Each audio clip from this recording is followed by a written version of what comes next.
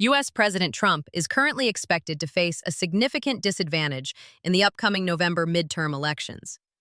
Japanese-language YouTube channels discussing the U.S. political landscape report that the Democrats hold the advantage in the House of Representatives, while the race between Democrats and Republicans in the Senate remains neck and neck. It is a widely held view among the American public that President Trump is losing support, even among the MAGA crowd, known for their signature red hats. Videos show that even the once thriving shops selling MAGA merchandise are being forced to close. From my perspective, it would not be surprising if the Republican Party suffered a total collapse in the next election. However, the fact that Trump's approval rating remains at 33% and the Senate race is a dead heat is also understandable. Senate elections are conducted on a state-by-state basis, and there are voters whose interests are tied to the agendas of business leaders and capitalists, Trump included. Public opinion poll analyses appear to be quite accurate.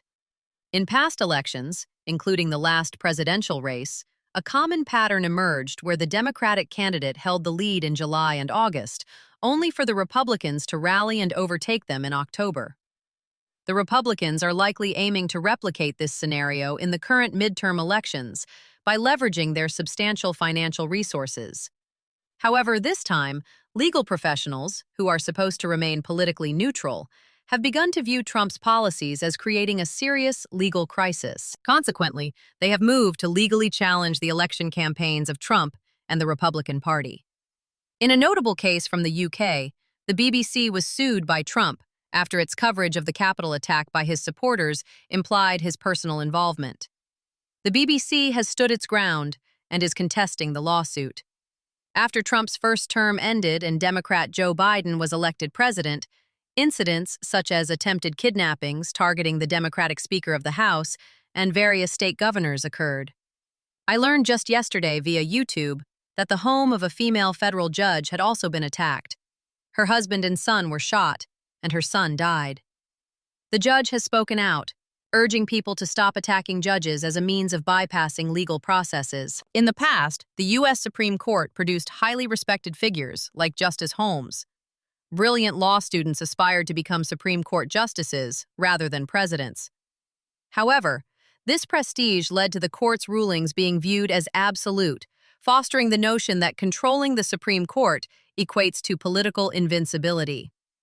In response, legal scholars have proposed various reforms, such as implementing mandatory retirement ages for the lifetime appointed justices and expanding the size of the court.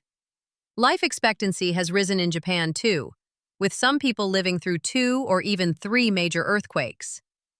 In the U.S., individuals of high social standing often live to be 90 or 100. It is only natural that a system of lifetime appointments for the Supreme Court would eventually fall out of step with the times. The system was likely appropriate when life expectancy hovered in the 60s during the 1950s and 60s. Today, however, relying on extremely elderly leadership feels as precarious as depending on such figures to manage the response to a massive earthquake in Japan. These moves by American legal experts could potentially halt the Republican Party's momentum in the midterm elections.